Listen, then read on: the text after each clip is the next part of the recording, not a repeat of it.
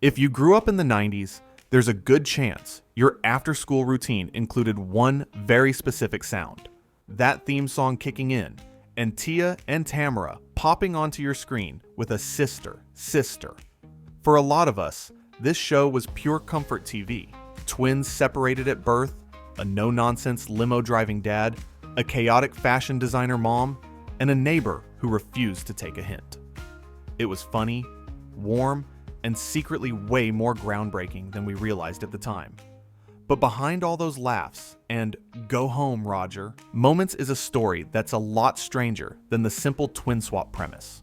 From the way the show was almost never picked up, to the music executive who helped create it, to real-life pay issues that mirrored on-screen plots, Sister might be one of the most quietly fascinating sitcom success stories of the 90s. So today, we're diving into the surprising, behind-the-scenes side of this beloved show.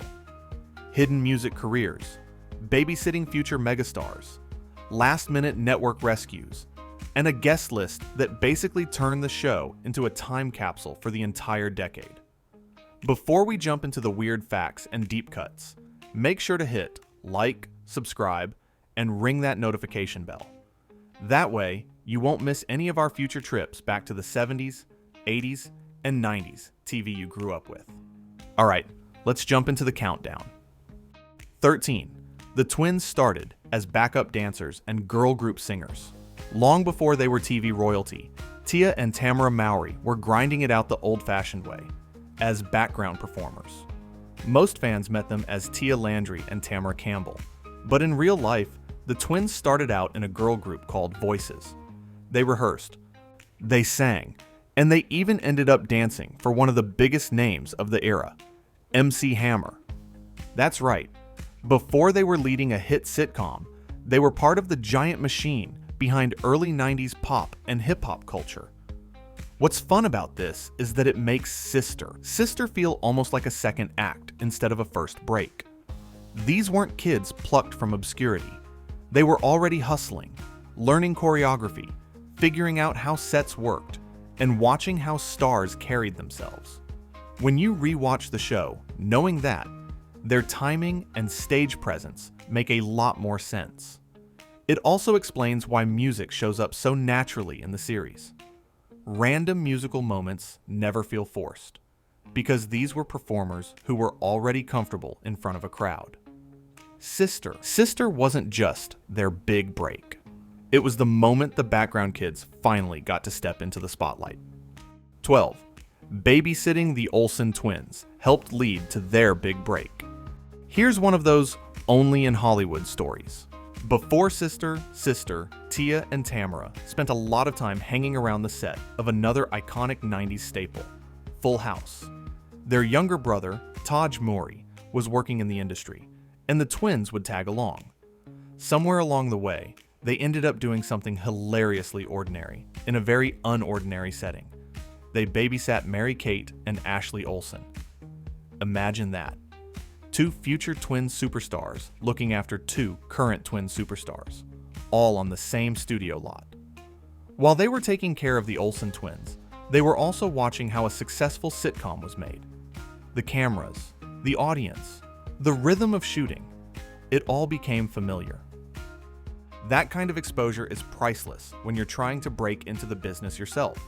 It's almost like a passing of the torch. The Olsen twins dominated the early 90s as child stars, and soon after, Tia and Tamara would step up as the next pair of twins to define a generation. When you see the confidence the Mowry twins had, even in the earliest Sister episodes, it makes sense. They'd already seen what making it looked like up close, while literally keeping an eye on two of the most famous kids in the world. 11. A music executive, not a TV mogul, helped create the show. You'd expect a show like Sister to be born in a TV executive's office, surrounded by ratings charts and demographics. Instead, a huge part of its creation came from the music world. Legendary Motown alum and producer Suzanne DePass saw something in Tia and Tamara and helped shepherd their careers. She believed they had star quality, but not just as singers. She saw them as the center of a story. DePass helped connect them with writer and producer Kim Bass, and out of that mix came the concept that eventually became Sister, Sister. It's an unusual origin story. A music executive recognizing that two teen performers had the charisma to anchor a sitcom, then essentially helping build a show around them. It's almost the reverse of the usual process. Normally, a script exists first, and then casting tries to fit into it. Here, the stars came first. This also explains why the show has such a rhythmic, almost musical flow. Scenes often feel like performances, with energy that rises and falls like a song, and the twins' natural chemistry, sharpened by years of performing together, gives the whole thing this effortless groove. Sister wasn't just a sitcom idea that needed actors. It was a pair of actors so compelling that the universe basically demanded a sitcom be built around them. 10. Sister almost didn't make the fall lineup. Looking back, it feels like Sister was destined to be a 90s staple, but in reality, it was a near miss.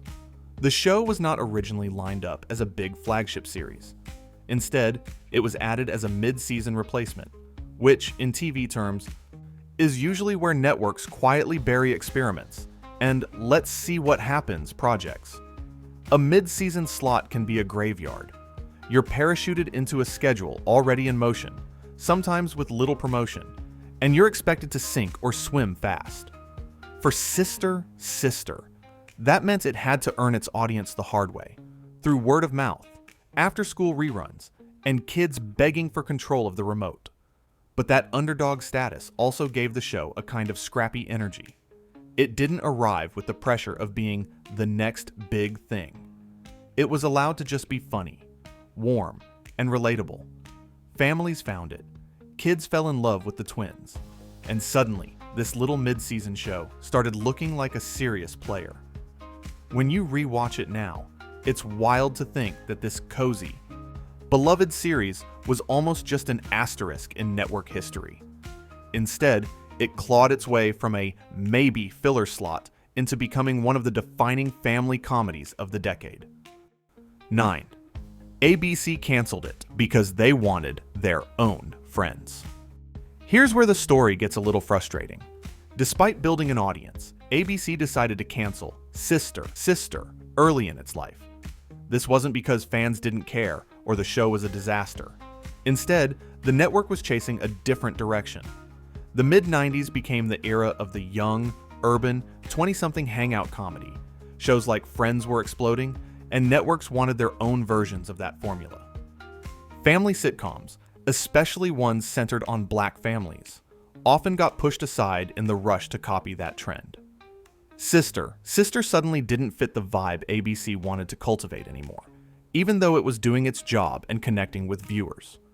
Imagine being part of a show that's working, only to be told, yeah, but we want something more like that other thing over there.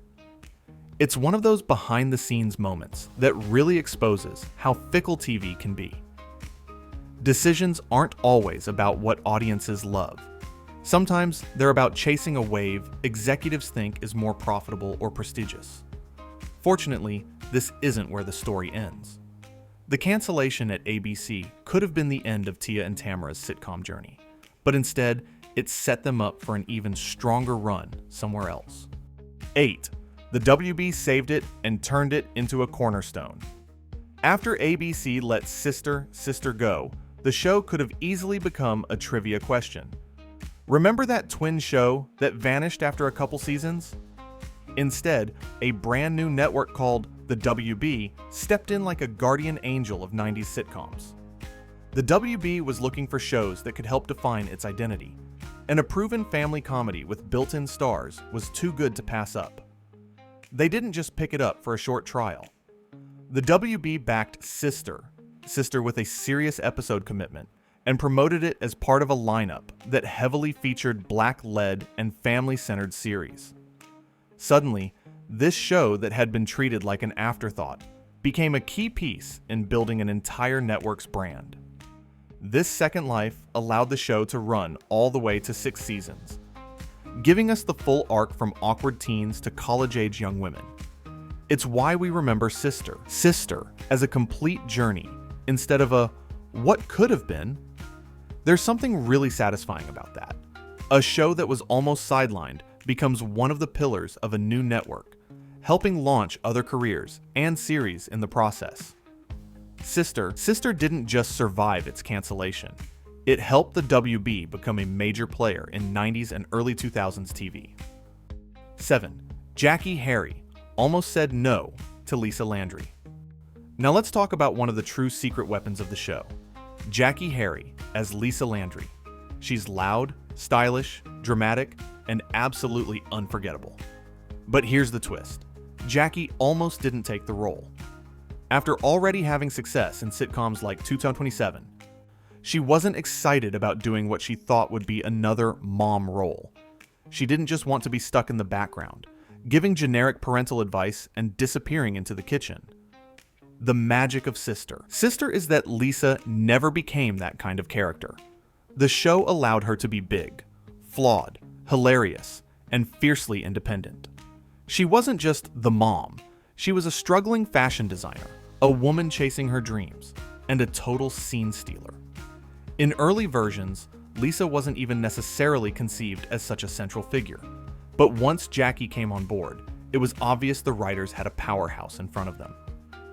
Her chemistry with Tim Reed's Ray is the backbone of the show's adult storyline.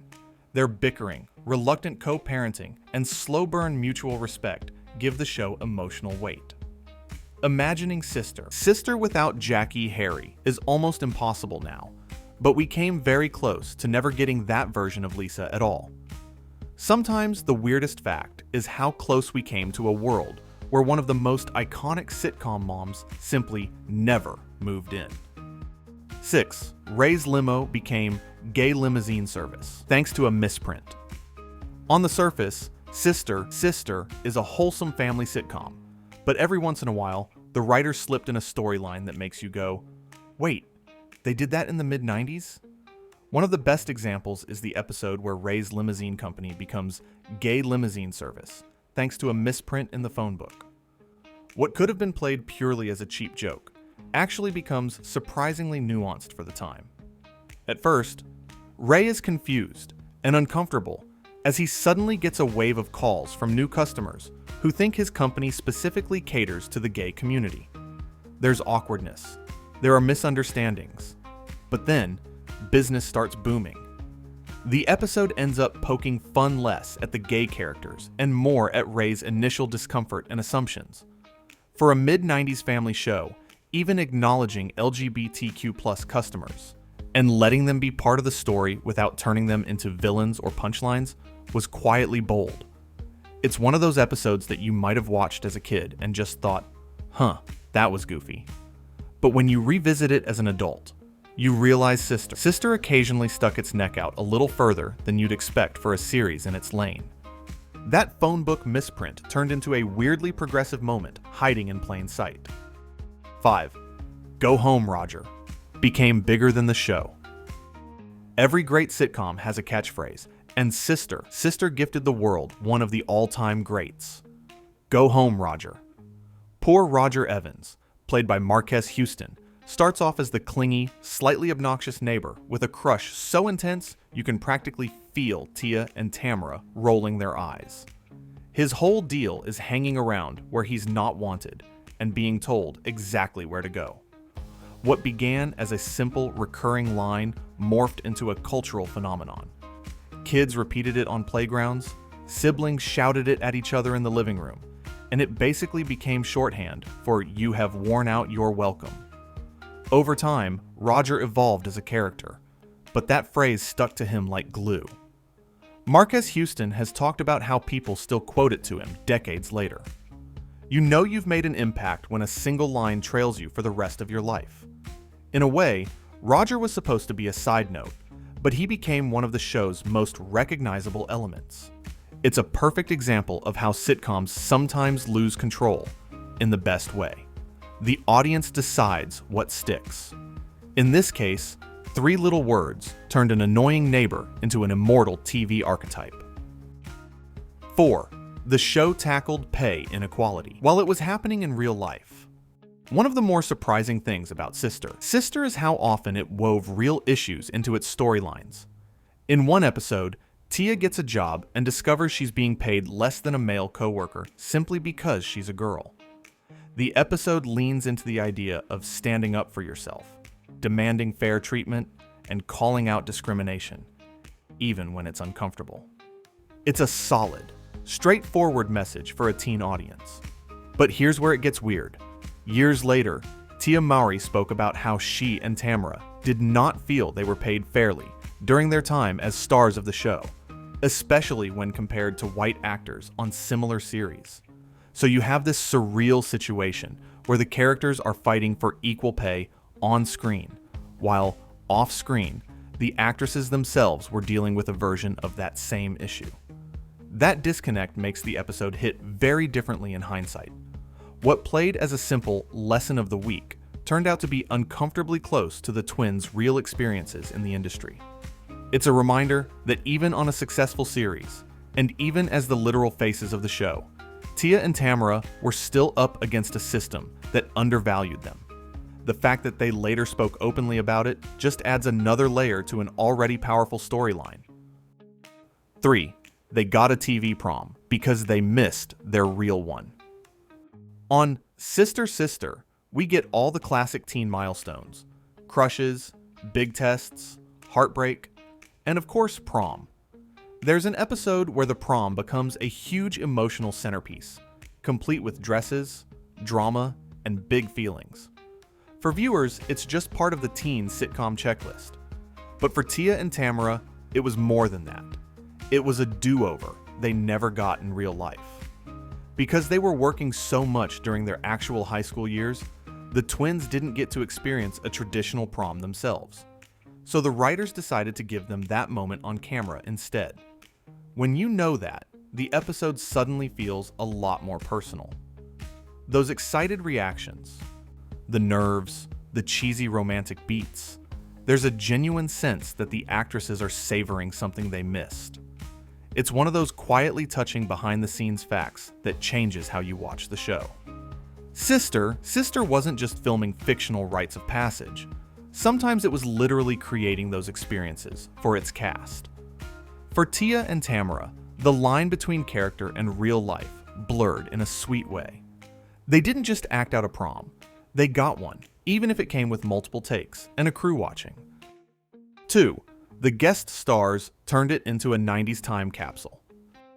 If you ever need a crash course in 90s culture, you could do a lot worse than binging Sister just for the guest stars. The show pulled in a wild mix of talent: a young Kobe Bryant, WNBA legend Lisa Leslie, R&B singer Brian McKnight, and plenty of other familiar faces from music, sports, and TV. Their own brother, Taj Mowry, also popped up, tying everything right back to the extended Mowry universe. Seeing Kobe show up as a love interest is especially surreal now. At the time, he was a rising basketball star dabbling in acting. Today, those scenes feel like glimpses into an alternate timeline where he might have chased Hollywood instead of the NBA. The same goes for all the musicians and athletes who pass through. Each cameo locks the show even more firmly into its decade. What's special is that these appearances never feel like pure stunt casting. They usually tie into the characters' arcs, crushes, big games, school events, so it doesn't just feel like the show shouting, "Look who we got." Instead, Sister quietly turned itself into a pop culture scrapbook. Rewatching now is like flipping through a 90s yearbook, where every page has one more familiar face you forgot you knew. 1. Fans still see themselves in the twins, decades later. For all the jokes, catchphrases, and celebrity guest stars, the weirdest and most lasting fact about Sister might be its emotional legacy. Decades after the finale, fans still tell Tia and Tamara that the show helped them feel seen, especially black girls who rarely got to watch characters that looked like them at the center of a story about joy, family, and everyday teen drama. The show quietly normalized a blended family with two parents who weren't together romantically, but who still loved and supported their kids. It showed natural hair, different body types, and a range of personalities, from brainy and cautious to impulsive and goofy, all under one roof. A lot of viewers grew up thinking, if Tia and Tamara can embrace who they are, maybe I can too. In the era of streaming, new audiences keep discovering the show. Younger viewers binge it like it's brand new, while older fans rewatch it for comfort and nostalgia. That's a rare kind of staying power. Sister doesn't just remind people of the 90s, it reminds them of who they were, and sometimes who they wanted to be. For a mid-season replacement that almost didn't make it, inspiring that level of connection might be the weirdest and most impressive fact of all. Conclusion. When you stack all these stories together, Sister stops looking like just another fun 90s sitcom and starts to feel like a minor miracle. It began with two hardworking twins singing and dancing in the background, moved through canceled pilots and network indifference, and somehow landed in the perfect place to grow up alongside its audience. It gave Jackée Harry a stage-stealing second act, turned a running gag into a generational catchphrase, and even managed to sneak serious topics like pay inequality and representation into a brightly colored teen comedy. Behind the scenes, Tia and Tamara were navigating an industry that didn't always treat them fairly, even as they smiled, hit their marks, and helped define an era. On screen, they got the prom they never had, shared the stage with rising legends, and built a fictional family that felt real enough to stick with people decades later. So the next time you hear that theme song in your head, remember, this wasn't just a show about twins who find each other. It was about second chances, underdog victories, and the power of seeing yourself reflected on screen. If Sister was part of your childhood, or if you just discovered it through streaming, drop your favorite moment or quote in the comments. And before you go home, Roger, don't forget to like, subscribe, and stick around for more deep dives into the TV that made growing up a little bit weirder and a lot more fun.